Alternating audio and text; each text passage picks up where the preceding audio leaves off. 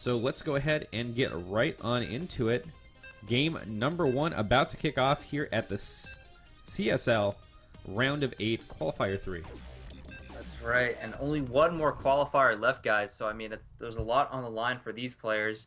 And if you guys have yet to sign up for a qualifier, there's only one more chance, and it's probably not going to be all that easy. Spawning here in the top left position of Star Station, representing University of Guelph, it's going to be their coordinator starting things off for them, Steadfast.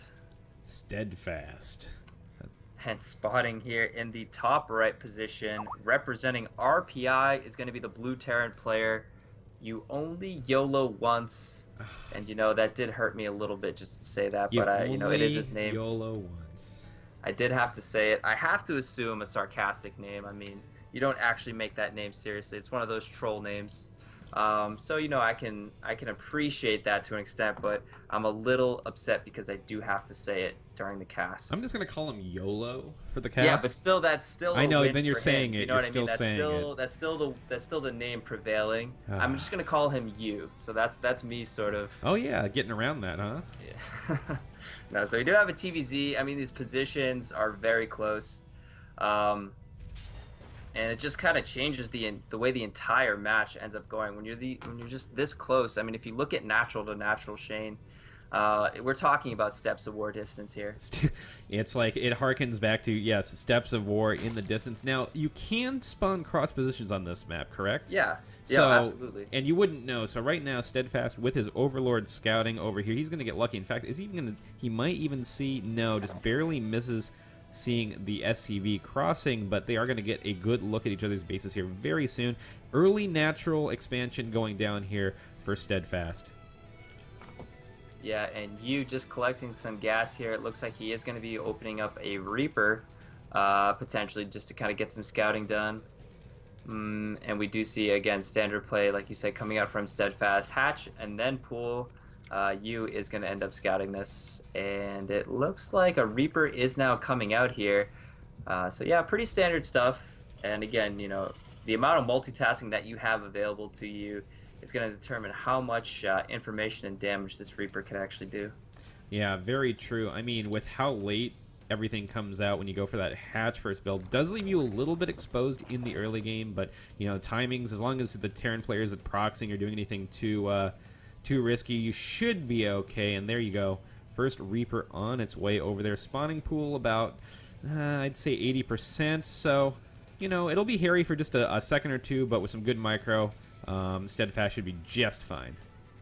I think EU is definitely going to get some damage done here. I mean, the simple fact is not even a queen out. If you look at that production tab, this Reaper is going to delay so much mining time at the very least, and we're going to see one drone go down. Oh, very nice technique from Steadfast, the coordinator, kind of showing what he's made of here.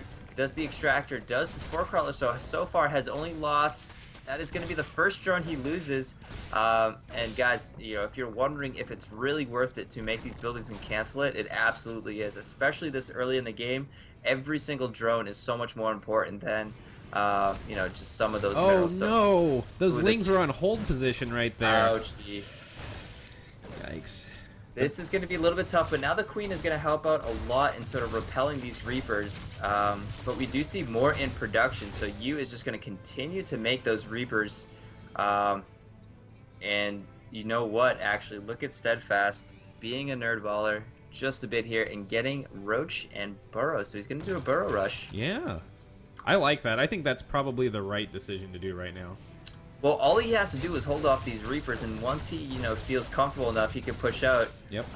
And there's just not going to be that much to sort of defend against these Roaches, but a Queen is going to go down. That definitely hurts. Yep. So you is getting a lot of damage done here. This natural is just going to be basically unusable here for just a bit. The Reapers are now going to swing into the main base here. And, you know, if Steadfast takes any more significant damage from these Reapers and 2 more drones going down, it's going to hit that point of no return very soon. Yeah, I do like what you did here very early on, you know, with that Reaper pressure, allows him to get this very strong defense built up at his base and expand as well. So being able to keep the economy on, which he's going to need, because here come the burrow roaches on their way, and the energy on the orbital command, enough for one scan right now, but that's going to be it. Yeah, so I mean, here come the roaches. The burrow is finished here. I mean, it's not that many roaches, but the point is that he should be able to force some of those scans. eBay not even started right now, but third CC is. So we're going to see some of that roach burrow micro coming in. No, he loses one of those roaches, so Steadfast getting a little bit sloppy here. Now we do see Widow Mines in production, and yeah, I don't know if he's going to be able to get too much done here. Yeah, that is definitely the advantage that you get by putting on that early pressure, because this defense, had this wall, the tables would be turned quite a bit in favor of the Zerg player, but, you know, he ate up so much time and forced so much attention away, able to just basically do whatever he wanted back here, and he really doesn't have that many units. No, he definitely does not, but I mean, yeah, this is just a tough situation for Steadfast here. He really wanted to get a lot of damage done. Now we do see Hellions and Roaches, or excuse me, Hellions and Reapers trying to swing around the Roaches, and it looks like they will be able to do so. Baneling Nest is coming down, Speed just now finishing, and Lair.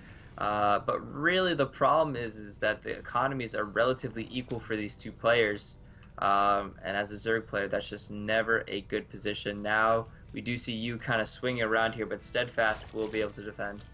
I'm really happy with what Steadfast is doing here. The vision that he has on the map is stellar and shows why he is one of the senior StarCraft 2 players at his university. You can see he has Overlords positioned along the drop pass and burrowed Lings over here in all of these expansions. Yeah, doing that, I don't want to say early, but it definitely is a little bit preemptive, but it's still great overall fundamentals. Just getting those borrowed Lings there, that's going to pay off huge if the game continues on much further. We do see you actually building even more bunkers here, so he's afraid of additional busts here. Look at all these Widow Mines that he has set up here. It actually does cancel one of those bunkers. I do like that decision. He's able to sort of recognize that he's not going to die right now. You know, meanwhile, back at Steadfast's base, he is starting his 1-1 for his Lings, and he is trying to grab his third hatchery. Looks like the Reapers will be forced into the main base here. The Roach is still pretty slow, just kind of wallowing around, trying to catch these Reapers, and they are now in the main base doing some damage here. The drones actually have had enough, and they're going to start attacking those Reapers, man. He's got a nice round on the Reapers, you know. The building placement here, very deliberate by Steadfast, putting that Roach Warren back there. So a really good job there, but 9 workers killed. And like you were saying, when you're even on workers with your Zerg player, you're doing a pretty damn good job. Yeah, so I mean, you definitely playing an overall solid game right now, and here he comes with a Widowmine bio push.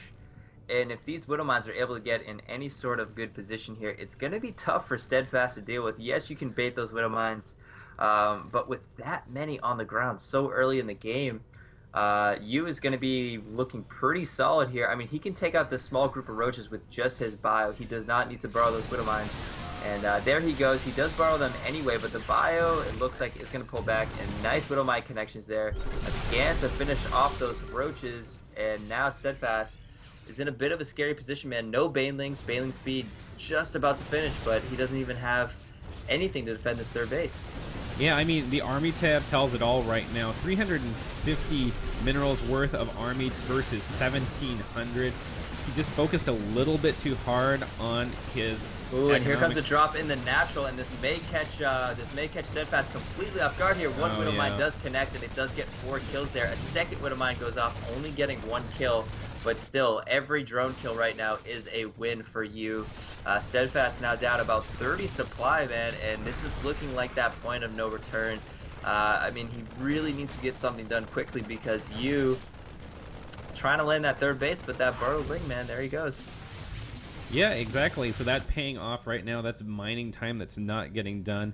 Ooh, these Widow Mines are almost finished on cooldown. There we go. One more kill for that one Widow Mine and another kill. So not the craziest Widow Mine connections you've ever seen, but still able to sort of extend that lead for the Terran player. We do see Steadfast grabbing a 4th base here. So that's definitely good, but at the same time, he's just in such a tough spot right now. Yeah, this Spore Crawler, I wonder if it's going to finish before, but he doesn't have any units anyway to deal with these Widow Mines. I'm about to say, He's going to whoa! surround it with drones when he sees it, and then it's just going to be disastrous. One Widow Mine does finish the cooldown. There he goes, up to 10 kills, and 5. So those Widow Mines between them, man, they're enjoying a nice 15 kill party, man. They're just best buds. They do finally get cleaned up, but they were pals till the end. Yeah, definitely. Broski's hanging out there in the natural middle line. Widow Mines. Exactly. You know, we have 3 bases up right now for the Zerg player, but man, he is in a tough position. Like you said, look at this, 36 workers killed right now for the Terran player, 52 to 60, but all those larvae right now can't go towards units. They have to go to replacing those drones, and that's really what's putting Steadfast behind right now.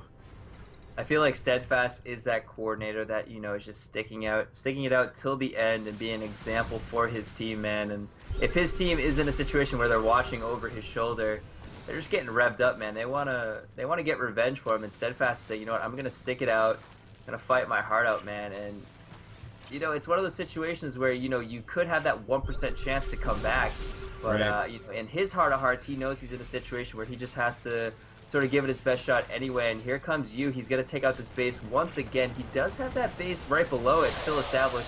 These infestors, though, need to have some incredible connections with bungles, but you can see Yu's positioning overall is just so solid right now. He's just working with his terrain so well, spreading those Widow Mines and his bio. Steadfast, he's running out of options here. This is looking like the end. Yeah, I'd agree with you on that. That army just doesn't really have much oomph to it right now. 50 food behind, actually almost 60 food behind right now. The Terran very comfortably on 3 bases and really hasn't had to do much defense. Has been able to put that offense on and, you know, put the gas pedal down, not come back up. Here we go, though. Possibly the final engagement. Yeah, and Steadfast charging in. Actually, none of the Widow Mines do all that much damage, and Yu's bio, for the most part, actually getting cleaned up here. The problem is the reinforcements are all hanging out back at home, and those are going to be very tough to deal with. Steadfast with only 5 infestors here and not too many fungals between them. But Yu is going to be forced back for now. The only reason Steadfast is even remotely alive right now is this this middle left base right now.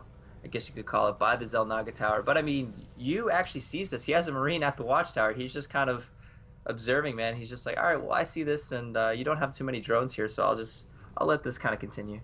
Yeah, he's just kind of barely mining as it is. He's kind of like quarter saturated everywhere, which equals, you know, what, actually 2 bases mining or something like that. Yeah, definitely not an ideal situation here. Now Yu is just playing defensive here, probably going to do so until he feels comfortable enough when he's maxed out. That upgrade list is gross on the production tab there. Yeah, the production tab is just... it pretty much tells the story. Hive now actually coming down, more drones, more infestors. We do see a drop coming in. Finally, he's going to do something about this base.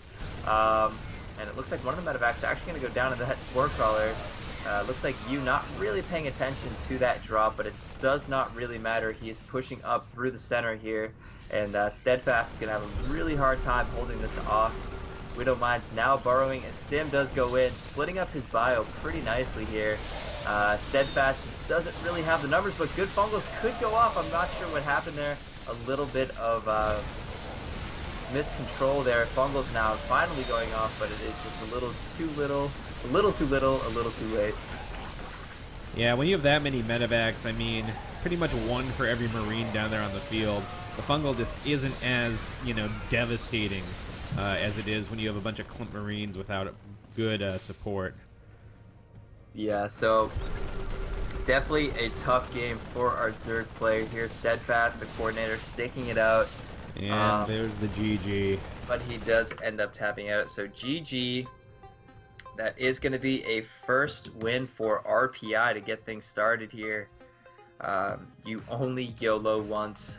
I guess you do only YOLO once. Unless you win, then you can YOLO twice.